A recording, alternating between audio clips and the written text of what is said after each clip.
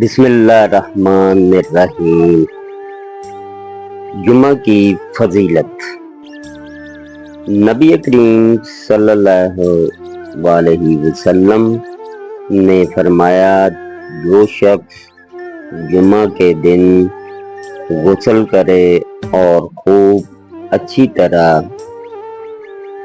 سے پاکی حاصل کرے اور تیل استعمال کرے یا گھر میں جو خوشبو میسر ہو استعمال کرے،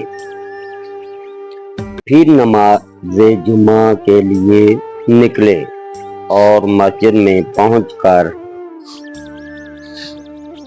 دو آدمیوں کے درمیان نہ گھسے، پھر جتنی ہو سکے نفل نماز پڑھے اور جب امام خطبہ شروع کرے تو خاموش سنتا رہے۔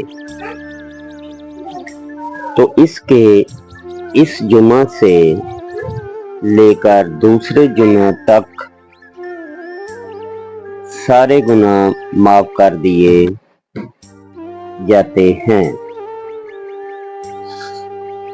اللہ پاک ہر مسلمان کو اپنے حفظ و ایمان میں رکھے، آمین یا رب العالمین۔ اللہ حافظ۔